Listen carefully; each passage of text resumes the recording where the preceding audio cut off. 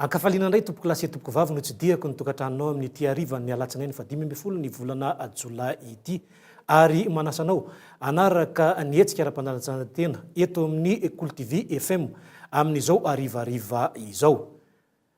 Horesantsika betsaka manodidina ny hetsika ara-panatanjahantena izay nisongadina tamin'ity herinandro ity ny CAN 2013 izay notanterahana teto Madagasikara ny fahafolo ka hatramin'ny 17 ny volana Jolay teo. Mbola voatanantsika izay laharana fahatelo izay ary afaka mifaninana isika eto Madagasikara ao anatin'ny 15 magide Madagasikara amin'ny baolina lavalava ny mondial izay hototsaina amin'io taona ho avy io. Resantsika io ihany koa ny baolina boribory lalovin'olona 12 sy ny lalovin'olona 7 teny amin'ny kianja ny Fort du Sud sy ny tetsy amin'ny kianja ny Alarbi ary tsy adino ao anatin'ny izay ny manodidina ny baolina boribory lalovin'olona 12 ihany koa tetsy amin'ny kianja na Befilo. Horesantsika avy hatrany ary ny manodidina ny baolina lavalava ny fedina ny amboara ho tompon-daka ny faritra Afrika ary dia fantatra moa izany fa lasan'ny ekipan'ny Kenya rehefa avy nandavo ny ekipan'ny Zimbabwe tamin'ny 7 no 17 izy ireo. Itsika kosa no mitazona ny laharana fahatelo rehefa naresy ny Okanda tamin'ny 27 no 23. Tsara mampafantatra fa ity fananana ity dia itsika teto Madagasikara no nahazo zay mpilalao mendrika izay tamin'ny alalan'ny Rakoto ary manana Rija Edmond andeha rahantsika ny fanadiadina mahakasika izay. Vitsy dia vitsy ireo mpijery tonga nanoana ny 15 magide Madagasikara tamin'ny fiadina ny tompon-dakan'ny Afrika eo amin'ny baolina lavalava ao anatin'ny vondrona sy ny fiadina toerana ihany koa ny omaly tetsy amin'ny kianja be amin'ny Mahamasina.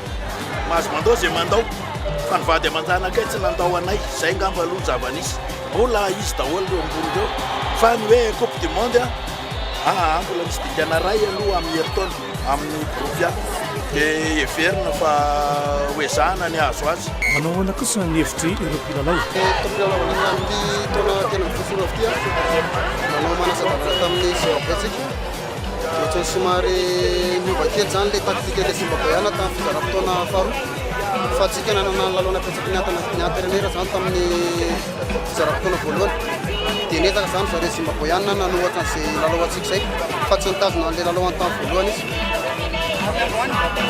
Le androany zay zany efa niandrana aty tsy maintsy ataona izy alesena odandeha satria zay komenatsy amin'ilay vavalin'ilay vahoaka zany surtout ho an'ilay mpilalao zany tsy maintsy tazononay ilay groupe zany mba tanjonay ihany koa. Efa defa lesika teo aloha zany teo zany tsika tokony tamin'ny début finale teo tokony mboarano finale fa tsy eto amintsika le Coupe d'Afrique ity dia niezaka mafy aloha zany mba hoe moatsika mba fahatelo izay mahatonga le joueur mba niezaka kely tamin'ny monina ka ary ezaka kokoa zany koatsan'le teo zany hoe mbola mafimafy kely mifanomanana fa hitako le mpijery moa zany marina fa kivy ihany izy amin'le hoe makitsy nanao finale fa le joueur zany dia ambony foana moral Zay mihitsy zany amin'ny herintaona zany mafimafy kokoa noho ireny satria hiatsika Coupe du Monde raha tafavoaka eo zany tsika dia mba misy gasy makany amin'ny Coupe du Monde dia tsy maintsy hiezaka raha mbola voatana anatin'ny ekipam-pirenena zany dia tsy maintsy hiezaka mitana forma satria ady lehibe no atsiana amin'ny herintaona fa tsy ady moramora. Fahitanao le lalao tamin'ny manasa-dalana angambany dia ny deuxième mi-temps zany reraka le plaque fotsiny fa tsy nahazo baolina firy tamin'ny manasa-dalana dia ny troisième place androany ny raha nahita teo fa misy ny plaquera dia very ny baolina dia mahay miprofite zany ny trois quart dia izay no nahitana an'ilay vokatra teo. Ambony ny moral hoe tolotra ao anatin'ny ekipam-pirenena malagasy ary tsy maintsy any vaninady amin'ny Zimbabwe tsika amin'ny fiadina ny amboara eran-tany. Indrindra fa le Zimbabwe rehefa tsika moa Andriamanitra mbola tanazanao anaty groupe anaovazao ensemble Zimbabwe reny zay hiezaka mafy zay anarina tsy nety fa indro kely iny mbola tsy kivy zay. Mazava ny ady teto fa dia tavajanona ao anatin'ity vorona Haïti ihany ny 15 maikity Madagasikara ary afaka andray anjara ihany koa eo amin'ny fiadiana ny amboara eran-tany eo amin'ny tontolo ny baolina lavalava izay tamin'ny alalan'ny savalambefapolo no 20 no nandavon'ny Malagasy ny kranina avy aty Uganda teo amin'ny lalao fiadiam-toerana ho an'ity CAN 2013 ao anatin'ny vorona ity ny Kenya izay nanala ny saboninahitry Zimbabwe tamin'ny alalan'ny 7 no 17 teo amin'ny lalao famaranana izay ary izy ireo kosa no voaositra ho tompon-dakany Afrika tamin'ity taona ity tsara mampafantatra fa voaositra ho mpilalao miendrika tamin'izay fananana izay rakoto ary manana Rija Edmond izay laharana fatelo ambin'ny folo ao amin'ny 15 maikity Madagasikara.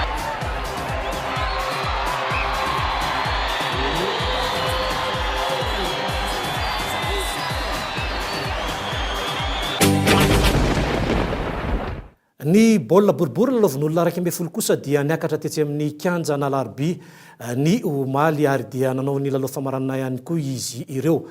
Ny fantatra dia ifaterana ireo ekipa andrafitra ny lalao izay atao any Lagos any Nigeria ity fifaninanana ity ary dia fa misy moa ireo mpilalao voafantina misa 12 izy ireo. Rehefa nandresy tamin'isa mazava roa ohatra ny ekipa ny Mahafaka ary ny Batanizy ireo ihany koa ny Amboara Libe sy ny maro isan-karazany izay natolotry ny orinasa Airtel. Fanadihadiana no andeha rahantsika.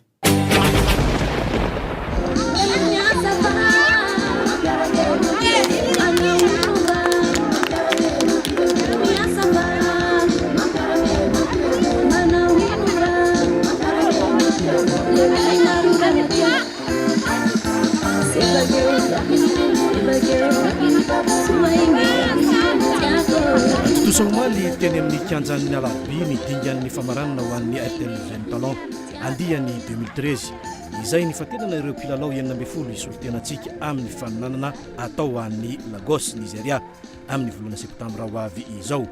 Ny sekoly Mahafaka izay nanilika ny école privée Omeka tamin'ny alalan'ny isa roa ohatra no voaositra ho tomponjaka tamin'izay fananana izay. Ny école privée Nirina EPN kosa no nitana ny laharana fahatelo taorian'ny lalao fiadiam-toerana neonany tamin'ny lycée privé FJKM Ambatolampy Ambotry Mandraka. Taorian'ireo lalao ireo no namoahana ny anaran'ny mpilalao 12 voafantina tamin'ireo 17 nalaina tamin'ireo ekipa rehetra nandray anjara tamin'ity fananana ity.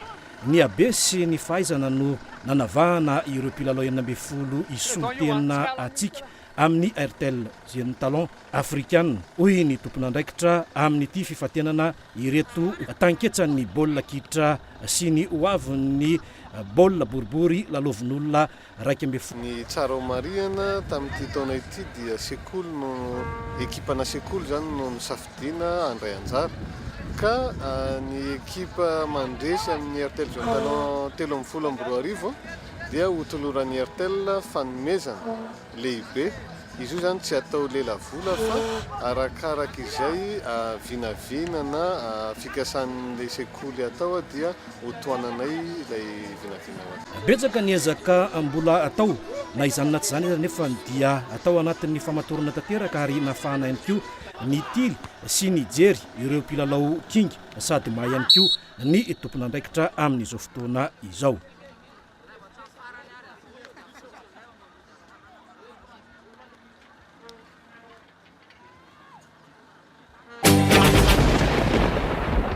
Ny baolina boribory lalaovin'olona 7 kosa no niakatra tetsy amin'ny kianjan'ny Antodiana tetsy Ambohimanarina ny farany herinandro teo. Niaraka tamin'ny Malagasy miara-miainga moa ity fananana ity ary dia natsoina hoe indray andro dia ondry. Rahantsika avy hatrany ny fanadihadiana.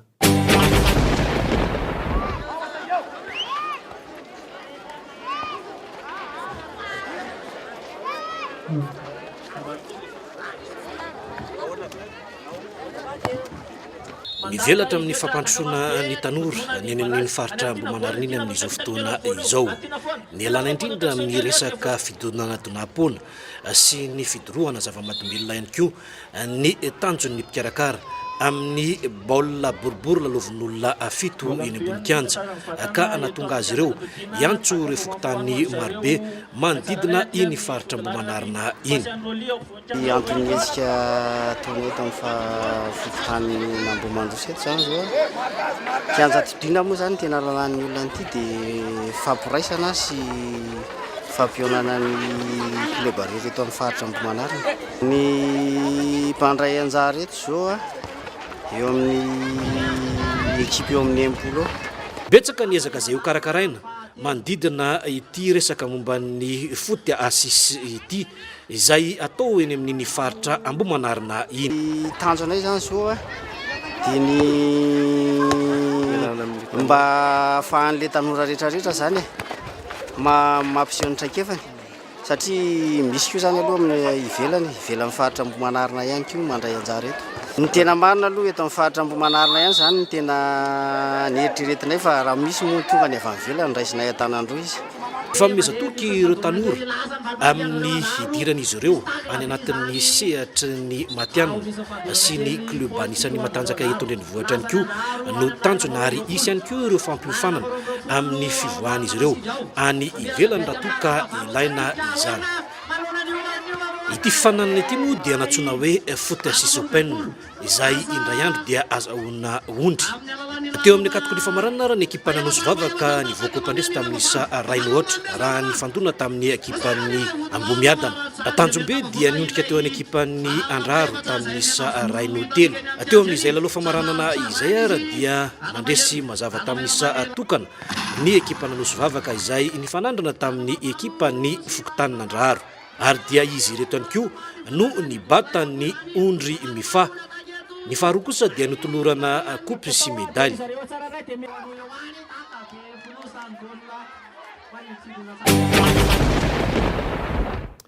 Nanao ezaka lehibe ihany koa ny fikambanan'ny fiteramanana rehefa mpamiry fiarakaretsaka eto an-drenivohitra ary niakatra tetsy amin'ny kianjan'ny Fort-de-Sienne ny omaly alahady.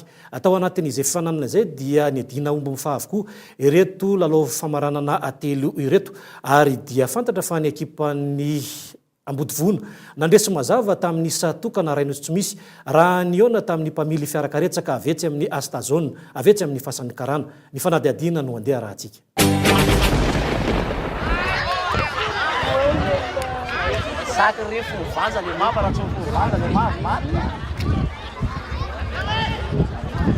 Totosa somatsara tetsy amin'ny kianjan'ny Fort-de-Sienne ny sabotsy lasa teo ny fifaninanana ho an'ireo mpamily fiarakaretsaka eto Analamanga izay marobe ihany koa no tonga atao anatin'izay lalao famaranana izay. Lalao famaranana telo avy hatrany no nitanterahana tetsy amin'ity kianjan'ny Fort-de-Sienne ity dia teo ny fionana teo amin'ny taksian'ny gara sy ny posara ary nivoaka sepotra ny ekipan'ny posara raha niona tamin'ny fitaksi tamin'ny fantakana ny tirobika nivoahan'izy ireo mpandresy tamin'ny isa telo no efatra ary dia voositra nazo izay omby mifa izay ihany koa ny ekipan'ny posara.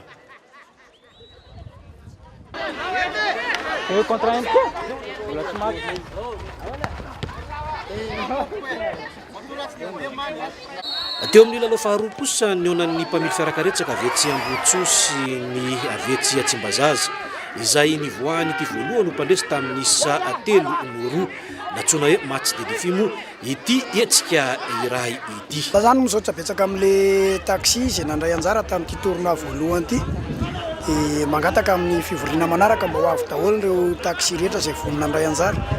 Io aloha zany no anjara misy amin'ity fa ny manaraka mbola manetsa be mbola ho avy izy tsika malagasy ka mino fa betsabetsaka keo no izy. Mety ino izay fa tsy Ambodivona sy Astazone foana ny azo anio mba misy hafa koa mbola tsy nanjay. Fa ny lalao famaranana tena nandrasan'ny Besinimaro tonga teny amin'ny kianjan'ny Fort-de-Sienne ity dia ny fionana teo amin'ny mpamily fiarakaretsaka avetsy Ambodivona sy ny Astazone avetsy amin'ny Fasan'ny Karana. Tao anatin'ny 30 minitra fidirana voalohany dia nahita baolina tokana ny mpamily fiarakaretsaka avetsy Ambodivona. Rehefa niditra teo amin'ny fidirana faharoa dia tsy nisy fiovana intsony izay. Isa tokana dia ampy nandresen'ny Ambodivona any Astazone ary nibatan'izy ireo ny omby mifa ihany koa. ezaka lehibe no vita nandritra izay volana efatra voalohany izay raha ny fanazavany ny tompona andraikitra hiditra eo amin'ny fifananana ihany koa ireo mpamily fiara fitateram-bahoaka amin'izao fotoana izao ka eo amin'ny kianjan'ny fortisenina ihany no anatanterahana izay hetsika lehibe ho an'ny mpamily fiara fitateram-bahoaka izay.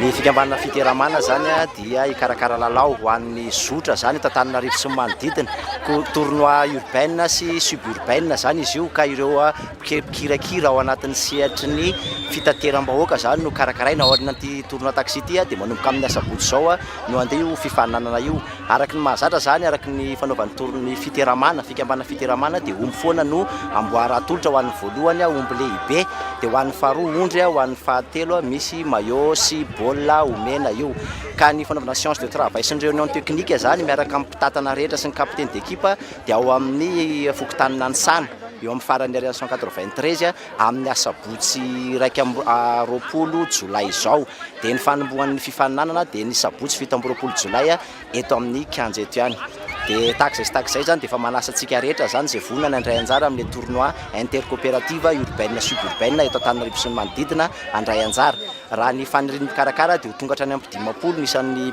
mpandray anjara ka dia manentana antsika rehetra fa hatramin'izay zao roapolo taona ny karakarana fiteramana mbola matotra amin'ny fikarakarana tanteraka hatramin'ny farany foana manaprofo zany izao final atrehantsika tamin'ny tournoi taxi foot zao. Tsara mampafantatra fa fitaizam-batana sy fanohona ireo mpamily fiara fitateram-bahoaka sy ny fiara karetsaka ihany koa no antony izao hetsika izao mba hisoroana indrindra ny loza mety ateraky ny fidorohana zava-mahadomelona fa ifatoan'izy ireo ao anatin'ny resaka fanatanjahantena no tanjon'ny mpikarakara ao anatin'ny fiteramana ity.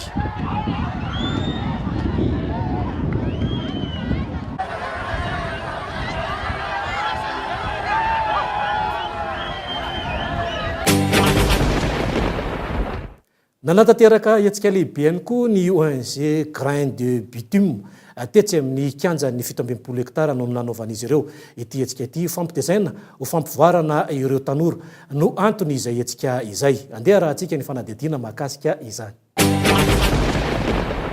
Coupenina sy médaille folo no nizaraina tetsy amin'ny kianjan'ny 67 hektara tamin'ny faran'ny herinandro teo nandritra ny fifaninana izay nokarakarain'ny ONG Grain de Bitume. Fifampitezaina sy fampivoarana ny ankizy amin'ny alalan'ny baolina boribory lalaovin'olona 1 io ny tarigetra sy tanjona tamin'ity fifaninana ity.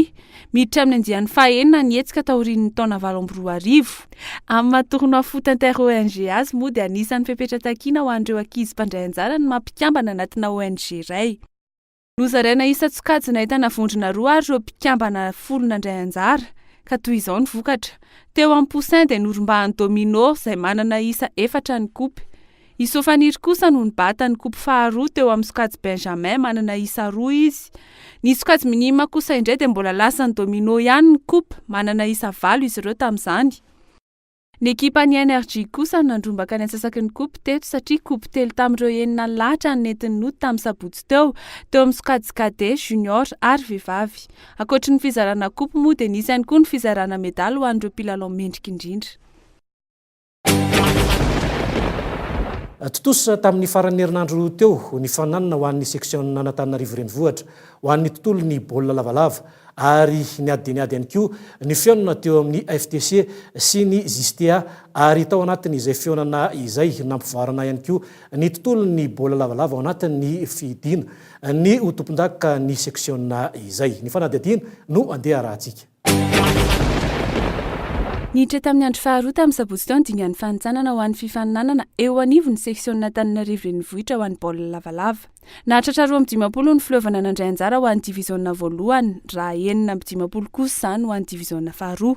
Kianja roa eto an-drenivohitra no nandray ity fifaninanana ity dia ny kianjan'ny Nozato sy ny kianjana Ampefiloha ka ho an'ny sabotsy maraina teo ary tetsy Ampefiloha dia fihaonana 2 ny totosa ka anisan'izany ny fampikatroan'ny FTC avy ao amin'ny complexe sy ny JST Ambondrona izay hitantsika manao maitso amin'ny sary. Tamin'ny ankapobeny dia nanjaka ny tompo-tanàna tanteraka ny lalao arak'izao hitantsika izao ary manaprofo izany moa ny vokady lalao tany am-piafarahan'ny fihaonana. Tsy nataon'ny FTC ny toko afa-tsisa telo vokatry ny penalité ny ekipa Ambondrona tanatiny 20 minitra ny ekarana teny ambony kianja. Ny ekipa ny complexe kosa tena nanjakazaka tanteraka tanatin'izany. Isa 13 no telo moa ny sarahan'ny roa tateto. teo amin'ny feonana fa kosa indray dia afa-bela mora foana ny ekipa ny Aska manoloana ny Accra izay tsy tonga niatrika ny fifaninanana.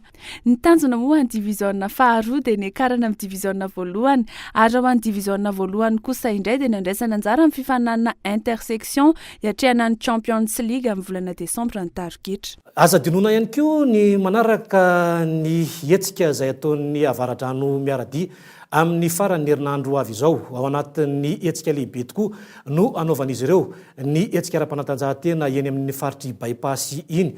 Misy ny lalao ara-panatanjahantena maro isan-karazany ahitana ny tsipy kanety be, ny azakazaka ambisikileta ary tsy adino ihany koa ny baolina boribory. Amin'ny asabotsy sy alahady ho avy izao isika no hifampitoana eny amin'ny faritry bypass iny ary ny alatsinainy kosa no arahantsika eto ny fanadihadiana mahakasika izay rehetra izay.